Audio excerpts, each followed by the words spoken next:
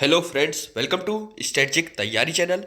ARO stage one के GS का मैंने पूरी पीडीएफ आपको दे दी है। यूपी स्पेशल के भी 2 वीडियो मैं आपको दे चुका हूं, जिसमें से तीसरा वीडियो है। इसमें स्पेशली मैंने वो कवर किया है जो कि इंफ्रास्ट्रक्चर से संबंधित है, जैसे एनर्जी सेक्टर हो गया या रोड हो गया, परिवहन वगैरह हो गया। और उसमें कुछ जनजातीय और पक्षी विहार जो है, वन जिसे वर्ल्ड सेंचुरी कहते हैं, वो भी है। कुछ करंट अफेयर्स है, आप देख लीजिए इसको, निश्चित रूप से ये आपके लिए काम का होगा।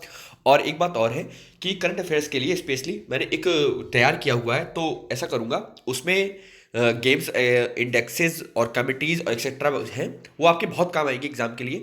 जितनी मेरी कोशिश हो सकेगी मैं आपको करने की कोशिश करूंगा। इसके बाद मैं यूपी स्पेशल और इंडिया दोनों का एक वीडियो लेके आऊँगा, जिसमें फॉरेस्ट रिपोर्ट होगी और जिसमें जनगणना सेंसस होगी। ठीक है, तो चलिए डिस्कस कर लेते हैं क्या क्या इसमें है। और ये निश्चित रूप से बहुत काम का है, आपको एक जगह मिल जाएगा तो और भी काम आएगा। ठीक है, आइए शुरू करते हैं।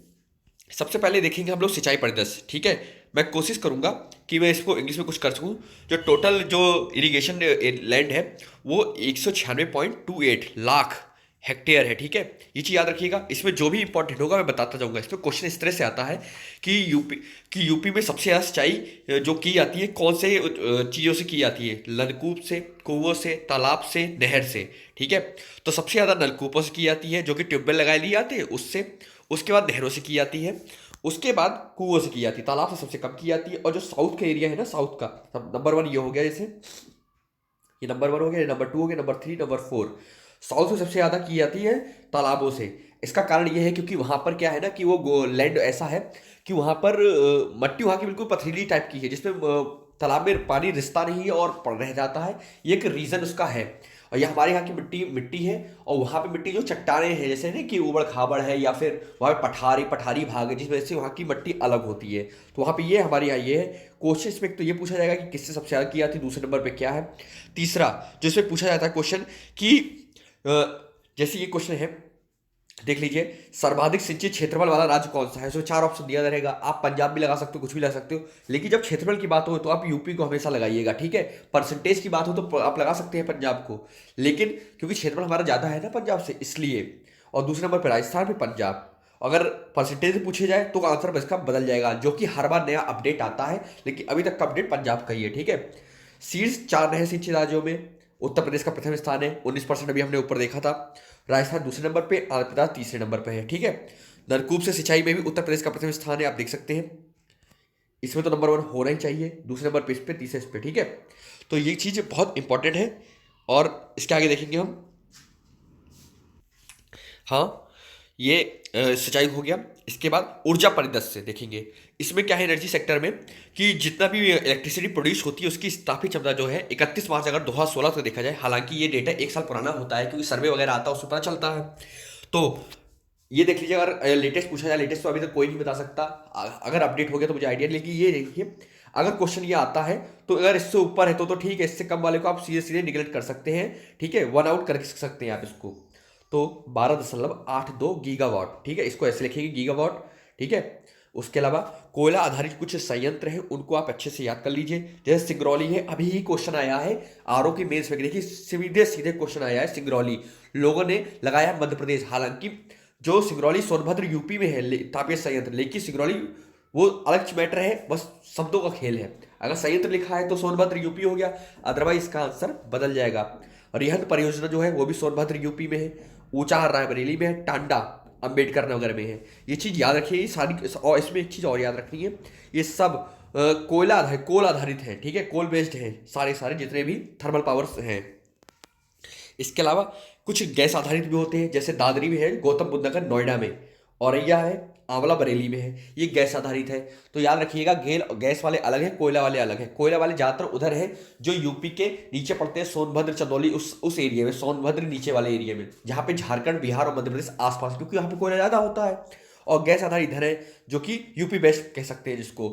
औरैया देख लीजिए, वो भी कानपुर के पास में है। दादरी है गाजियाबाद के पास में है, और बरेली तो है ही वहाँ पे। और परमाणु विद्युत संयंत्र यूपी में केवल एक ही है, नरोरा बुलंदशहर। ठीक है, बहुत इंपॉर्टेंट है ये। जल विद्युत संयंत्र कितने हैं? माता टीला झांसी में है। ठीक है, बहुत अच्छी प्लेस है घूमने लायक। रेहन सोनभद्र में है। पारीक्षा झांसी में है। ओबरा सोनभद्र में है। राजघाट ललितपुर में है। शीतला झांसी में है। और गंगा विद्युत क्रम, ये आने के स्थानों पर छोटे छोटे संयंत्र बनाए जाते हैं। ठीक है, उसके बाद कुछ सोलर बेस्ड भी है, सौर विद्युत संयंत्र भी है। कल्याणपुर अलीगढ़ में है, और घोसी मऊ में, ठीक है, और जालौन में है, 3 है, ठीक है। तो ये इसके होगा संयंत्र, ये निश्चित रूप से बहुत काम के, अगर दाएं बाएं कोई क्वेश्चन पूछा जाएगा तो आपके बहुत काम आएगा। एक चीज़ और, एजुकेशनल इंस्टीट्यूशन के बारे में क्वेश्चन अक्सर आता हो, हमेशा ये गलत होता है कि कितनी सेंट्रल यूनिवर्सिटी हमारे में यूपी में है। तो टोटल 4 है। पहले बीएचयू हो गई, दूसरी एएमयू हो गई, तीसरा डॉक्टर भीमराव अम्बेडकर जो कि लखनऊ में है, और इलाहाबाद यूनिवर्सिटी। ये 4 ही है टोटल, अभी इतने ही मान के चलिए, ठीक है। राज्य विश्वविद्यालय का क्वेश्चन आया था अभी हाल ही में पीसीएस के एग्जाम में, ठीक है। उसमें ये पूछा गया था कि राज्य में 14 विश्वविद्यालय हैं, राज्य विश्वविद्यालय 14 है यूपी में। तो सीधे सीधे गलत हो गया अगर आपको पता है 16, क्योंकि 16 कौन सा बना है, इलाहाबाद राज्य विश्वविद्यालय। इसको आप याद रखिएगा इसका नाम के साथ, ठीक है। टोटल 16 है, और 16वां जो है वो इलाहाबाद राज्य वाला हो गया, ठीक है। और एग्रीकल्चर और टेक्नोलॉजी जो यूनिवर्सिटी है वो कितनी है, 4 है। कौन कौन सी, ये सब याद रखिएगा, फैक्ट्स बहुत पूछे जाते हैं ये सब। कानपुर, फैजाबाद, इलाहाबाद, मेरठ, जिसमें से आप देख लीजिए कौन कौन से हैं, कानपुर, फैजाबाद, इलाहाबाद, मेरठ। और जो राजकीय मेडिकल कॉलेज है वो 32 है टोटल, ठीक है, 32 हो गया। ये कुछ याद रखिएगा, थोड़ा ध्यान में रखिएगा, तब भी काम चल जाएगा। निजी मेडिकल कॉलेज जो है 110 है। राजकीय इंजीनियरिंग कॉलेज जो है 28 है। निजी इंजीनियरिंग कॉलेज 367 है, पहले तो 700 के करीब हो गए, अब बंद होने लगे हैं। गोरखपुर में क्या हुआ, एक एम्स की स्थापना हुई है, प्रस्तावित हुई है सितंबर 2018 तक। जो ओपीडी होता है, सरकार की योजना है, और प्रदेश में प्रस्तावित 6 एम्स में से ये पहला होगा, ठीक है, गोरखपुर का। इसमें ये चीज़ याद रखिएगा कि सितंबर 2018 होगा, 750 बेड होंगे और इतने रुपए लगाए जाएंगे, ठीक है। इसके बाद नेक्स्ट देखते हैं, नेक्स्ट देखेंगे इसमें ट्रांसपोर्ट वाले में, ठीक है। टोटल पक्की सड़कें जो हमारी यूपी में है वो 2,33,000 है, ठीक है, किलोमीटर है। और राष्ट्रीय राजमार्गों की जो नेशनल हाईवे कहलाते हैं, जनवरी 2017 तक 8701, ठीक है। इसको आप याद कर लीजिएगा, ज़्यादा सही रहेगा। और रेलवे स्टेशन तो सिंपल चीज़ है, कोई मतलब नहीं है इसका, ठीक है। और हाँ, इसके बाद जो देखते हैं हम लोग, हवाई हवाई अड्डे, ये मिलाने को बहुत आ जाता है, खैर आप लोग कर लेंगे अब तो।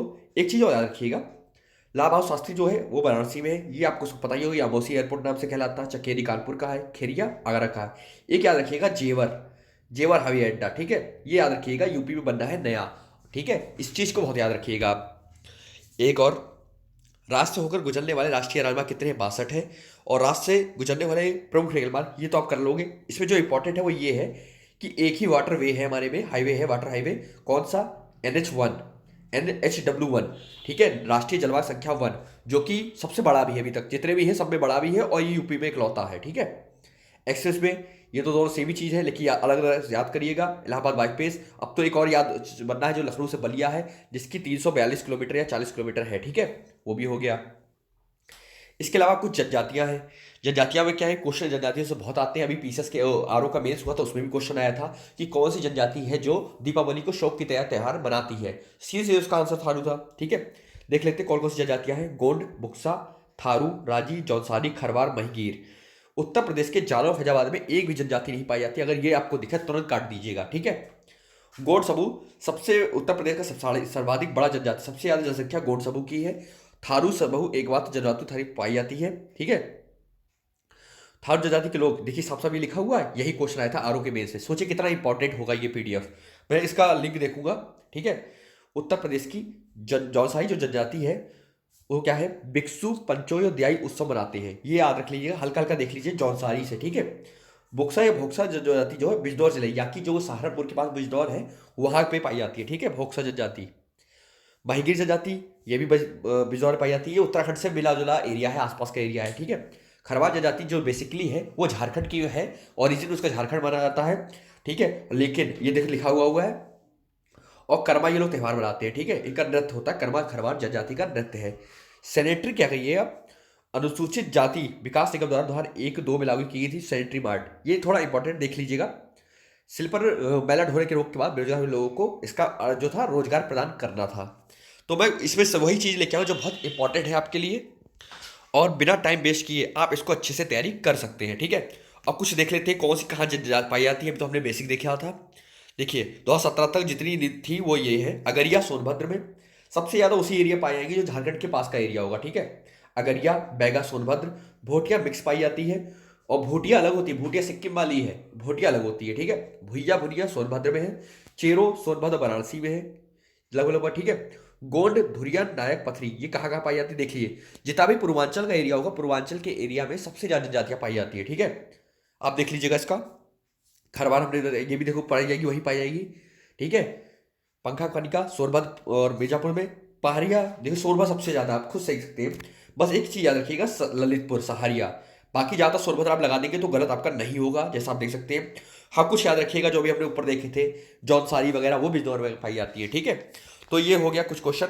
एक काम मैं एक और करूंगा आज, कि करंट अफेयर्स आपको प्रोड्यूस करवा दूंगा, आपको दे दूंगा। पीडीएफ में जीएस के पहले ही दे चुका हूँ, और जो कुछ भी आपको चाहिए हो तो बता दीजिएगा। हाँ एक काम मुझे करना है, जनगणना आपको देनी है, क्योंकि इससे क्वेश्चन बहुत आते हैं, और अभी हाल ही में जो कल पेपर परसों पेपर हुआ था उसमें भी क्वेश्चन काफी आए थे।